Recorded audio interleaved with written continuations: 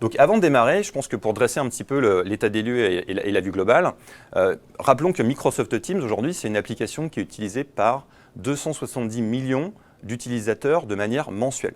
D'accord ? Un autre élément qu'il faut garder en tête, c'est 500 000 organisations à travers le monde qui utilisent Microsoft Teams. Donc ça veut dire quoi? C'est-à-dire qu'il y a déjà une base installée d'utilisateurs qui est importante. Et on voit avec les dernières années de pandémie que l'accélération du travail en mode hybride s'est accélérée.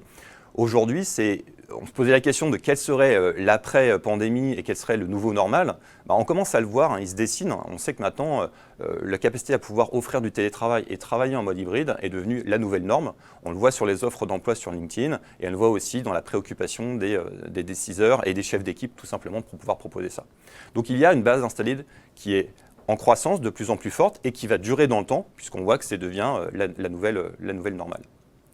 Donc, j'imagine que si vous êtes ici sur cette session et que vous nous avez rejoints, c'est que vous utilisez Microsoft Teams d'une certaine manière. Alors, l'usage principal, c'est en effet l'usage de la collaboration.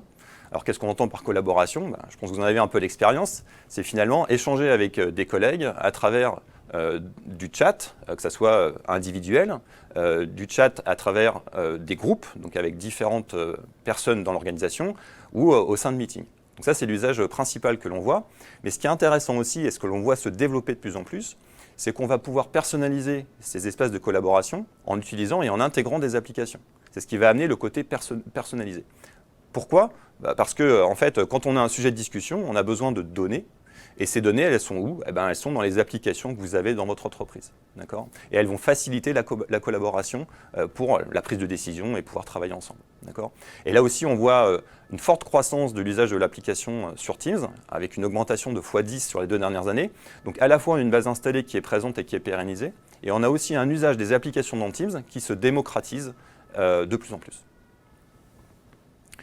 Donc, qu'est-ce que l'on peut faire avec des applications pour Teams? Alors, je ne vais pas rentrer dans le détail de tout ce qu'on met en avant ici, mais je vais vous citer 2 exemples.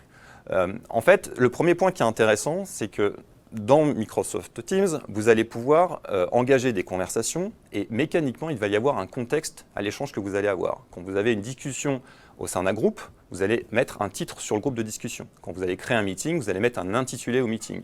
Quand vous allez discuter avec une personne en particulier, une fois que vous avez dit bonjour, vous allez lui dire pourquoi vous le sollicitez. Donc il y a toujours un contexte qui existe.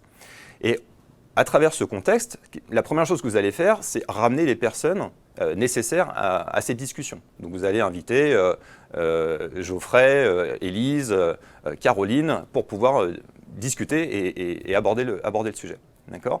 Donc on a à chaque fois un intitulé, un contexte qui est défini par vous, des utilisateurs qui sont preneurs et parties prenantes de ce sujet, et il y a le plus souvent un objectif qui est défini au sein d'un projet ou au sein d'un processus de l'entreprise. D'accord?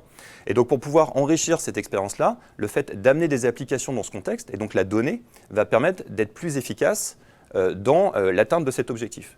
Donc que ça soit de mettre en place une application pour faire un vote, pour prendre une décision collective, que ce soit une application pour de la prise de notes, que ce soit une application comme un document Word sur lequel on veut échanger, un tableau de bord sur lequel on veut commenter, ou récupérer de l'information depuis un système RH, un système de paie, un système d'inventaire, toutes ces informations vont faciliter et aider à la prise de décision.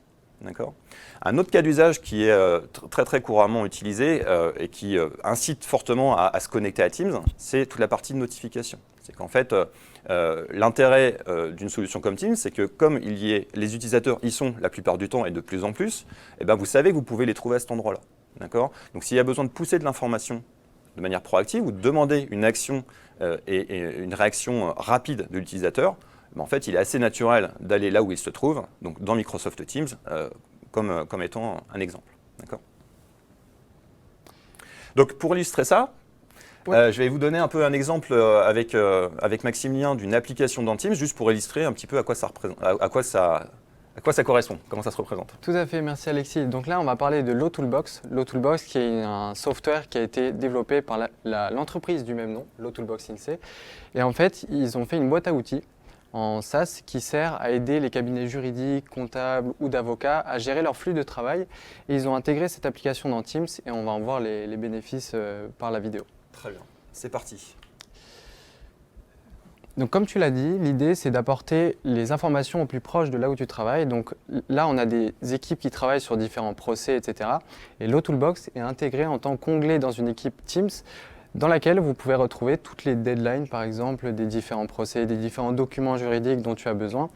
On a aussi un widget dans Outlook, donc on a une intégration qui se fait à travers les différents outils. Donc tu as vu la partie desktop, la partie mobile, ici le widget Outlook. Pour appuyer de nouveau ce que tu as dit, c'est vraiment apporter au plus proche du collaborateur l'information dont il a besoin, quand il a besoin. Je suis en train d'écrire un mail ici à propos d'un procès, j'ai besoin de gérer les deadlines, je peux les modifier et tout est synchronisé évidemment entre le widget et l'application dans Teams. Et aussi, on peut modifier ces données, les labelliser comme c'est le cas ici. Donc tout ça permet de gagner beaucoup de temps. Tu le sais qu'on passe beaucoup de temps à switcher d'application au cours d'une journée, c'est énormément de temps perdu. Et donc là, par exemple, on peut lancer un meeting Teams directement depuis le widget Outlook ou même un chat, tout simplement. Donc on a des cross-fonctionnalités qui peuvent être utilisées dans ce domaine. Voilà, donc le tout dans le but de réduire le temps passé à changer d'application et avoir les informations au bon endroit. Ok. Merci Maximilien. Donc, en résumé un petit peu, on voit que le principal avantage va être vraiment cet aspect productivité et finalement d'amener les informations dont on a besoin dans l'espace de travail du collaborateur. Et en fait, qu'on utilise Outlook, comme on vient de le voir, Teams ou même on peut imaginer sur des espaces SharePoint, on va pouvoir intégrer des applications orientées, on va dire métier. Là, en l'occurrence, ce sont pour des avocats et donc l'O-Toolbox est une solution pour les avocats. Et on voit que de pouvoir récupérer un document pour l'envoyer à un client, un partenaire pour le faire signer ou pour savoir quelle est la date du prochain procès, créer le meeting pour pouvoir préparer ce procès, en fait, on gagne beaucoup de temps à avoir tout intégré dans les outils finalement de collaboration. Et on voit bien que tous les processus nécessitent mécaniquement une collaboration et donc des données pour y arriver. Donc on insiste beaucoup sur cet élément-là. Maximilien l'évoquait, mais en fait, on a à peu près une dizaine d'applications qu'on utilise tous les jours et on va faire à peu près 25 switches d'une application à l'autre. Donc ça a l'air de rien, mais mis bout à bout, en fait, on perd beaucoup de temps et le fait de tout avoir centralisé, on va y gagner beaucoup. Alors, l'O-Toolbox est une application disponible sur la marketplace qui est fournie par un partenaire. Donc je vous encourage déjà dans un premier temps d'aller voir si les solutions que vous utilisez au quotidien sur ces 10 applications en moyenne, si elles sont déjà sur la marketplace de Teams et de voir si vous n'avez pas une opportunité de les utiliser et de pouvoir les déployer pour pouvoir en profiter tout de suite. D'accord ?